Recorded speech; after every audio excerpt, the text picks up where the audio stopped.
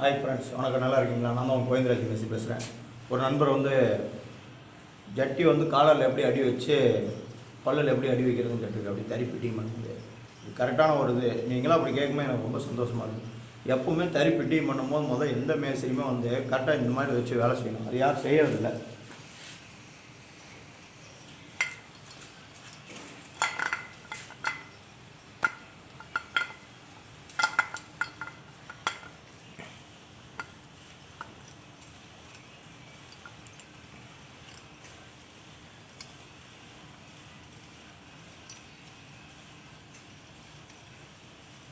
நல்லா பாருங்கள்.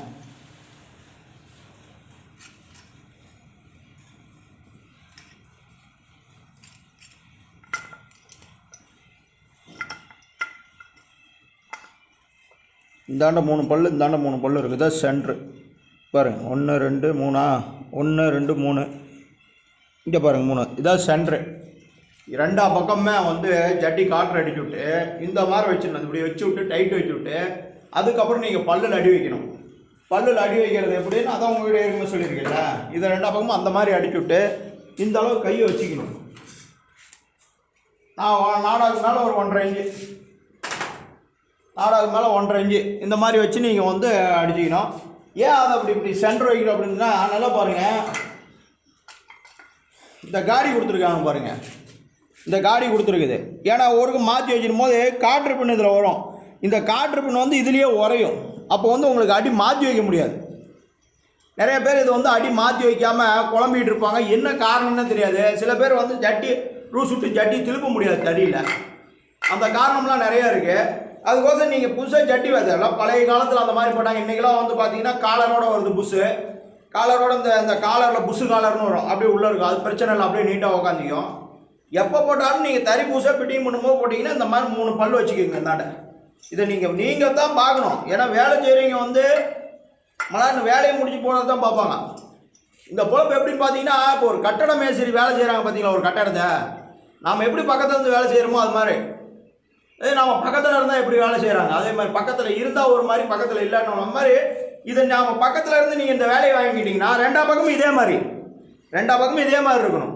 வச்சு விட்டு நீங்கள் கட்டுற ஜட்டி காலர் அடிச்சு விட்டிங்கன்னா, காற்று பண்ண அடிச்சு விட்டு நீங்கள் பல்லில் இது மாதிரி அடி வச்சிட்டிங்கன்னா இது வருஷம் பூரா உங்களுக்கு இந்த அமைப்பு அப்படியே. எப்போ புது தறி ஃபிட்டிங் பண்ணாலும் பழைய தறி ஃபிட்டிங் பண்ணாலும் இந்த அளவு கொண்டு வரணும். இந்த அளவு கொண்டு வச்சு தான் நீங்கள் வேலையே செய்யணும். ஆனால் அது யாருமே 99% அந்த மாதிரி வேலை செய்யறது இல்லை. ஒரு தறி கழட்டிட்டு வராங்களா, எங்கேயோ இருந்து கழட்டிட்டு வராங்க, செட்டில் மாற்றுவாங்க. யாரும் பழசகரத்தை கழட்டுறது அப்படின்ட்டு இதுலேயே அடி மாற்றி வச்சுருவாங்க. அப்படிலாம் வைக்கக்கூடாது. ஒரு தறி ஃபிட் பண்ணும்போது ரெண்டா பக்கம் ஒரே மாதிரி. இந்தாண்டை இப்படி இருக்குது அப்படின்னா அந்தாண்டை இப்படி இருக்கணும். இந்தாண்டை இப்படி, அந்தாண்டை இப்படி இருக்கணும். அப்படியே ஆப்போசிட்டாக மாறி கரெக்டாக அந்தாண்ட 3 பல், அந்தாண்ட சென்டரில் உட்கார வச்சு போட்டுவிட்டு பல்ல அடி வச்சிங்கன்னா வருஷம் பூரா உங்களுக்கு எந்த ஒரு பிரச்சனையும் இருக்காது. நாளைக்கு ஜட்டி மூக்கு தெரிஞ்சு போச்சு அப்படின்னு நம்ம ஒரு பல்லு எடுத்து வைக்கிறதா இருந்தால் கூட அழகாக அப்படியே கட்டணும்னு அப்படியே உடனே டக்குன்னு திரும்பணும். சில பேர் என்ன பண்ணுவாங்க, ரொம்ப இது பண்ணிக்காங்க, அந்த மூக்கை தாண்டை இழுக்க ஜட்டி திருக்க முடியாது. அதுக்குன்னே இன்னும் நிறையா பட்டில் தறி வெடுக்குன்னு ஓடும். அப்படி இதுதான் மேக்ஸிமம் 99% நீங்கள் சென்டரில் தறியிலே பாருங்கள். உங்களுக்கு நல்லாவே தெரியும். இப்போ நான் எப்படி உங்களுக்கு காட்டுறேன் அப்படின்னா, இப்போ நீங்கள் நல்லா உங்கள் தறியில் பாருங்கள். வேலை தெரிஞ்சாலும் சரி, தெரியலனா பார்த்து தெரிஞ்சுதான் நம்ம கற்றுக்க முடியும். அப்புறம் எப்படி நம்ம கற்றுக்கிறது? தறியில் முதல்ல பாருங்கள். நம்ம தறியில் பாருங்கள். இது நம்ம தறியில் இப்படி இருக்கான்னு நீங்கள் பாருங்கள். எல்லா தறிலையுமே இருக்கும். சில பேர் என்ன பண்ணுவாங்க தெரியுங்களா, நீங்கள் வச்சு விட்டிங்கன்னா இந்த அளவுக்கு இப்படி ஓரையாக இருக்கும். பார்த்தீங்கன்னா இப்படி இழுத்துட்டு இருக்கும். எப்படி நீங்கள் அடியை கம்மி பண்ணுவீங்க? ஏன் ஃபுல்லாக ஒன்றை இருக்குது, கம்மி பண்ண முடியாது. அப்புறம் பார்த்தீங்கன்னா இப்படி இருக்கும். இந்த பக்கம் இப்படி இருக்கும். இப்படி இருந்ததுன்னா எப்படி அடி வச்சு பண்ணுவீங்க? பண்ண முடியாது. அதனால் நீங்கள் தறி ஃபிட்டிங் பண்ணும்போது இதெல்லாம் பக்கத்தில் இருந்து பாருங்கள். பக்கத்தில் இருந்து நீங்களே பார்க்கணும். நம்மளே வேலை செஞ்சுக்கலாம், தப்பே இல்லை. ஒரு தறி நம்ம தறி பக்கத்தில் ஓடுது, நம்ம புதுசாக தறி வாங்கிட்டுருக்கோம், பழைய தறி வாங்கிட்டுருக்கோம்னாலும் சரி, புது தறி வாங்கினாலும் சரி, நீங்களே இந்த வேலையெல்லாம் செய்யலாம். பெரிய விஷயமே கிடையாது.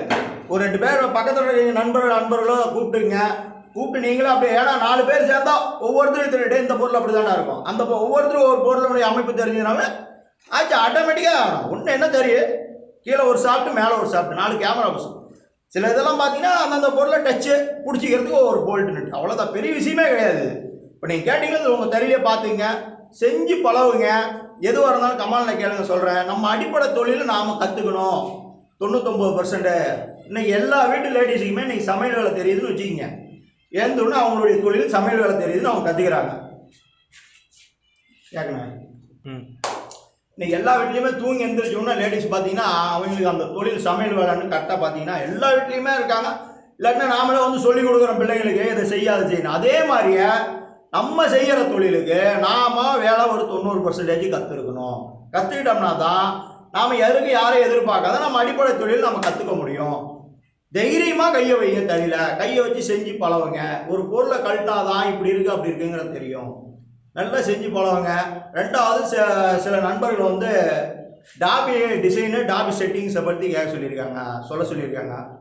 டாபி செட்டிங்ஸு ஏன்னா இப்போ ஓடிட்டு இருக்கு. உங்கள்கிட்ட ஓடிட்டு இருந்தது அப்படின்னா அந்த டாபியில் என்ன பண்ணுறது ஏது பண்ணுறது எத்தனாவது ஓடுது, என்ன டிசைன் ஓடுது, பொந்து ஓடுதா, அச்சு ஓடுதா, டிசைன் ஓடுதா, நீங்கள் கேளுங்க. அந்த ஒவ்வொன்றா தான் கற்றுக்க முடியும். எடுத்தோன்னா அதனுடைய செட்னு விட்டால் உங்களுக்கு மண்டையை போட்டு பிச்சுக்கும். ஒவ்வொன்றா கேளுங்க, உங்களுக்கு நான் விளக்க சொல்கிறேன். மறுபடியும் ஏதாவது டவுட்னா அடுத்த கமெண்ட்டில் கேளுங்க. வாழ்த்துக்கள்.